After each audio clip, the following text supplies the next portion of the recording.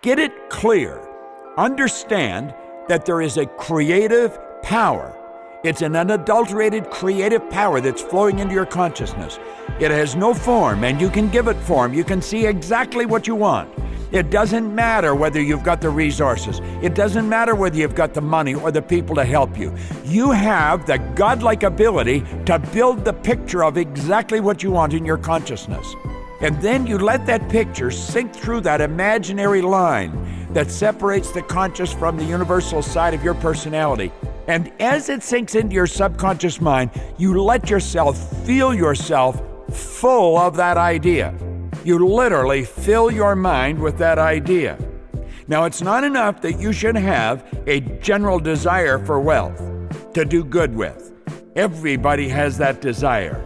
It's not enough that you should have a wish to travel, to see things, to live more. Everybody has those desires also. If you're going to send a telegram message to a friend, you would not send the letters of the alphabet in their order and let them construct the message for themselves. Nor would you take the words at random from the dictionary. You would send a coherent sentence, one which meant something. When you try to impress your wishes upon the thinking substance, remember that it must be done by a coherent statement. You must know what you want and be definite. Begin the transmission by saying, I am so happy and grateful now that every fiber of my being is vibrating in harmony with God's laws. I see myself becoming healthier and stronger and more vibrant every moment of every day. Or if it's wealth you want, I am so happy and grateful, and fill yourself with gratitude.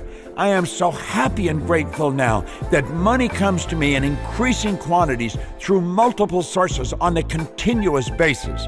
Or if it's more business you want, I am so happy and grateful now that business is coming to me in an abundant manner, everywhere, every day. Fill your mind with this picture, but you've got to see it in your conscious mind. See it with the eye of the one in your consciousness. You can never get rich or start the creative power into action by sending out unformed longings and vague desires. Go over your desires, just as the man that was described in the previous lesson went over his house. See just what you want and get a clear mental picture of it as you wish it to look when you receive it on the physical plane.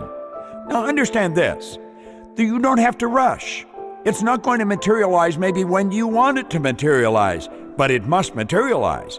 You go back to the second session and review the laws. We talked about the law of perpetual transmutation of energy. Energy is forever moving into form. What's moving into form in your life? The image that we're talking about right now. The good that you're filling your consciousness with.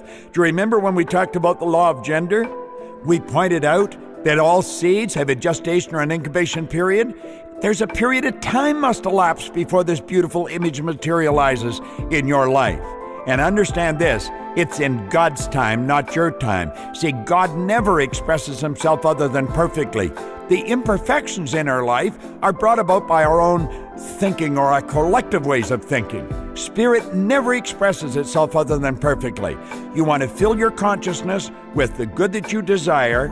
Let yourself get emotionally involved with it. So as we said, go over your desires just as the man did in the previous lesson, how we went over his house. See what you want and get a clear mental picture of it as you wish it to look when it materializes. Now let's get back to Waddell's words for a moment. As the sailor has the port toward which he is sailing in his mind, you must have a clear mental picture continually in your mind. You must keep your face toward it all the time. You must no more lose sight of it than the steersman lose sight of the compass.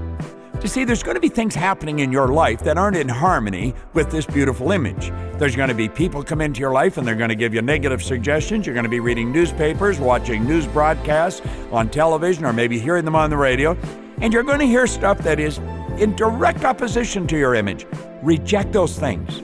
Remember we talked about in the conscious mind, we have the ability to accept or reject. Reject it. Reject everything that isn't in harmony. I don't care how real it seems. It doesn't matter. It is not in harmony with your purpose. It's not in harmony with your picture, so you reject it. Now let's go back to Waddles. He said it's not necessary to take exercises in concentration, nor to set apart special times for prayer and affirmation, nor to go into silence, nor to do occult stunts of any kind. These things are well enough, but all you need to know is what you want, and to want it enough so that it will stay with your thoughts. Think for a moment. You may feel that I'm contradicting myself, but I'm really not. I'm talking about what you want. I previously talked about developing the ability to concentrate, and you should develop the ability to concentrate. Concentration increases amplitude of vibration. It gives more energy, focused energy towards what you want. But think of this. We're talking about what you really want. Do you remember when you fell in love? God, wasn't it beautiful? You remember the feeling in your stomach? You couldn't get the butterflies to fly in formation. I mean, everything was just so phenomenal. Do you remember? You do remember, don't you? I'm talking about you really fell in love. Did you have to get a note out to tell you to remind yourself to think of this person?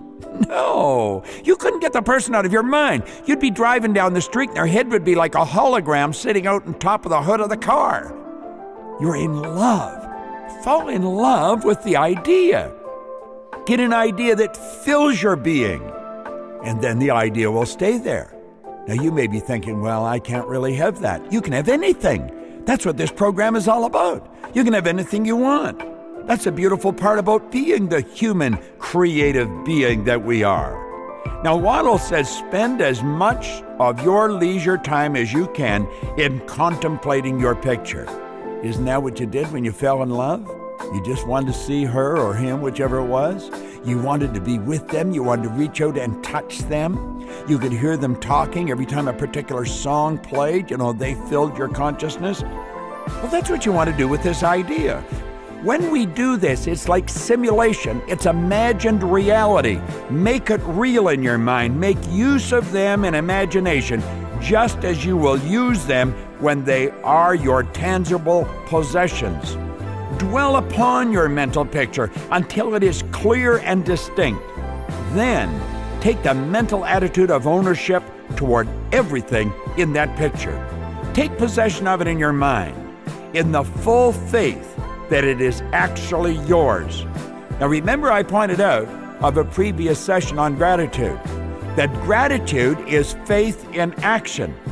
So when we say take possession of it in your mind, in the full faith that it is actually yours, you be grateful for it coming into your life. You don't only be grateful for what you've got, you be grateful for what's coming. Waddle says take possession of it in your mind, in the full faith. What is full faith? Full faith is faith with gratitude, with the full faith that it is actually yours. Hold to this mental ownership. Do not waver for an instant in the faith that it is real. I think it's vitally important that you review this lesson. Review it often. Review it over and over again. Keep listening to this. Keep reviewing it in your mind.